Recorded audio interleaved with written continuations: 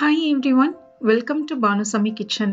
நாம இன்னைக்கு என்ன ரெசிபி பார்க்க போறோம்னா காரசாரமான மட்டன் குழம்பு எப்படி செய்யலான்றதை பார்க்கலாங்க. இது இட்லிக்கு, தோசைக்கு, பரோட்டாக்கு, வெள்ளை சாதத்தில் போட்டு சாப்பிட்டா கூட அவ்வளோ டேஸ்டா இருக்குங்க. வாங்க இதை எப்படி செய்யலான்றதை பார்க்கலாம். வீடியோக்குள்ள போறதுக்கு முன்னாடி மறக்காம சப்ஸ்கிரைப் பண்ணுங்க அண்ட் பெல் ஐக்கானை கிளிக் பண்ணுங்க. ஒரு குக்கர் எடுத்துக்கோங்க. இதுல 3-4 டேபிள் ஸ்பூன் அளவுக்கு எண்ணெய் நல்லா சூடானதும் இதுல 1 டீஸ்பூன் சோம்பு, 2 ஏலக்காய், 3 கிராம்பு, 1 இன்ச் அளவுக்கு பட்டை, கொஞ்சமா கல்பாசி, 2 பிரிஞ்சி இலையை சேர்த்துக்கோங்க. இது கூடவே கொஞ்சமா கருவேப்பிலை, 3 பெரிய சைஸ் வெங்காயத்தை பொடிசா நறுக்கி இதுல சேர்த்துக்கோங்க. ஒரு 300 கிராம் வெங்காயம் சேர்த்துக்கோங்க. இது கூடவே கொஞ்சமா உப்பையும் சேர்த்துட்டு வெங்காயத்தை நல்லா செவக்க வதக்கிக்கலாம். இப்போ பாத்தீங்கன்னா வெங்காயம் நல்லா செவக்க வதக்கியாச்சுங்க. பாருங்க, இந்த அளவுக்கு வதக்கினா போதும்.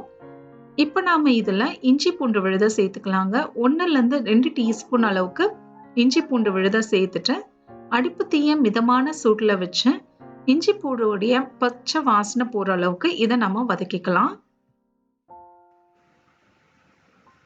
ஒரு நிமிஷம் மிதமான சூட்லயே இதை வதக்கிக்கோங்க. இப்ப பாத்தீங்கன்னா நல்லா வதக்கியாச்சு. இதுல 1 கிலோ மட்டனை சுத்தம் பண்ணி எடுத்துட்டு வந்துருங்க. தண்ணி கொஞ்சம் கூட இல்லாம வடிகட்டிட்டு மட்டனை இதுல சேர்த்துருங்க. இது கூடவே கொஞ்சமா மஞ்சப்பொடி, ஒரு 1/4 டீஸ்பூன் அளவுக்கு மஞ்சப்பொடியை சேர்த்துட்டு அந்த எண்ணெயிலேயே இந்த மட்டனை நல்லா வதக்கிக்கோங்க. ஒரு 1-2 நிமிஷம் இதை நல்லா அந்த எண்ணெயிலேயே வதக்கிக்கோங்க. இப்போ பாத்தீங்கன்னா மட்டன் நல்லா வதக்கியாச்சுங்க. மசாலா ஃபுல்லா மட்டன்ல கோட் ஆயிடுச்சு. இந்த சமயத்துல இதுல நாம 3 மீடியம் சைஸ் தக்காளியை பொடிசா நறுக்கி சேர்த்துக்கோங்க. இது கூடவே 3 பச்சை மிளகாவையும் சேர்த்துட்டு தேவைக்கேற்ப உப்பையும் சேர்த்து அடுப்பு தீய ஹை ஃப்ளேம்ல வச்சு இதை 1 நிமிஷம் நல்லா நம்ம வதக்கிக்கலாம். அந்த தக்காளி லைட்டா குழஞ்சு வர அளவுக்கு வதக்கினாலே போதுங்க. நம்ம சேனலுக்கு புதுசா இருக்கீங்கன்னா மறக்காம சப்ஸ்கிரைப் பண்ணுங்க அண்ட் இந்த வீடியோ பிடிச்சிருந்தா லைக் பண்ணுங்க, ஷேர் பண்ணுங்க. இப்போ பாத்தீங்கன்னா நல்லா வதக்கியாச்சுங்க. இதுல மசாலா பொருட்களை சேர்த்துக்கலாம். 2 டீஸ்பூன் மிளகாய் தூள், 1 டேபிள் ஸ்பூன் தனியாத்தூள்.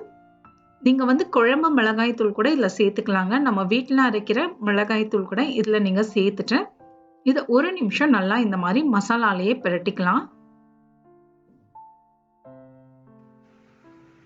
இப்போ பாத்தீங்கன்னா இது நல்லா வதக்கியாச்சுங்க. மசாலா ஃபுல்லா கோட் ஆயிடுச்சு பாருங்க. இப்போ இந்த சமயத்துல தேவைக்கேற்ப தண்ணியை சேர்த்து மட்டனை வேக வைக்க போறோங்க. ஒரு 2 கப் அளவுக்கு தண்ணி சேர்த்துக்கோங்க. மட்டன் மூழ்கிற அளவுக்கு தண்ணி சேர்த்தா போதும். ஒரு சில மட்டன் சீக்கிரம் வெந்துருங்க. நீங்க எந்த மட்டன் வாங்குறீங்களோ அதுக்கு ஏத்த மாதிரி விசில் வச்சுக்கோங்க. மிதமான சூட்ல 4 விசில் வைங்க. அதுக்குள்ள மட்டன் வெந்துடும். இது வேகட்டும். அதுக்குள்ள நாம ஒரு மசாலா பேஸ்டா ரெடி பண்ணிக்கலாம். மிக்ஸி ஜார் எடுத்துக்கோங்க. இதுல 1/2 டீஸ்பூன் சீரகம், ஒரு டீஸ்பூன் அளவுக்கு மிளகு சேர்த்துக்கோங்க. மிளகு காரம் ஜாஸ்தியா இருந்தா நல்லா இருக்குங்க. 1/2 டீஸ்பூன் சோம்பு, இது கூடவே 4-5 முந்திரி பருப்பு சேர்த்துக்கோங்க. 1 டீஸ்பூன் அளவுக்கு கசகசா. கசகசா இல்லைன்னா விட்டுருங்க. கசகசா இல்லாம வெறும் முந்திரி பருப்பு கூட சேர்த்து செய்யலாம். இது கூடவே 1 கப் அளவுக்கு துருவன தேங்காவை சேர்த்துக்கோங்க. சேர்த்துட்டு இதை நம்ம மைய பேஸ்டா அரைச்சி எடுத்துட்டு வந்துருங்க. 4 விசிலுக்கு அப்புறம் குக்கர் பிரஷர் ஃபுல்லா அடங்கின பிறகு ஓபன் பண்ணி பாருங்க. ஒரு மட்டனை எடுத்து பாருங்க, வெந்திருக்கும். சப்போஸ் வேகல அப்படின்னா நீங்க இன்னும் ஒரு 2 விசில் வச்சுக்கோங்க. மட்டன் இப்ப நல்லா வெந்துடுச்சு. நாம அரைச்ச மசாலா விழுத இதுல நல்லா சேர்த்துட்டு அந்த மிக்ஸி ஜார்லயே கொஞ்சமா தண்ணியை ஊத்தி கழுவி அதையும் இதுல சேர்த்துக்கோங்க. கொஞ்சம் கூட வேஸ்ட் பண்ணாதீங்க.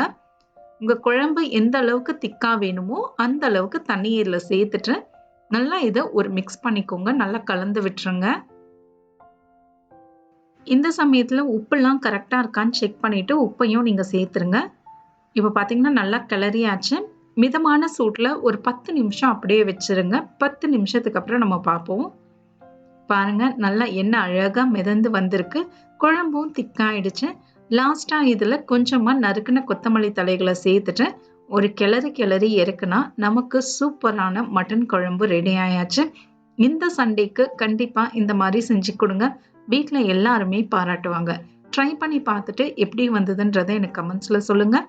மறக்காம சப்ஸ்கிரைப் பண்ணுங்க அண்ட் பெல் ஐகானை கிளிக் பண்ணுங்க. இன்னொரு வீடியோல உங்க எல்லாரையும் நான் பார்க்குறேன். தேங்க்யூ ஃபார் வாட்சிங்.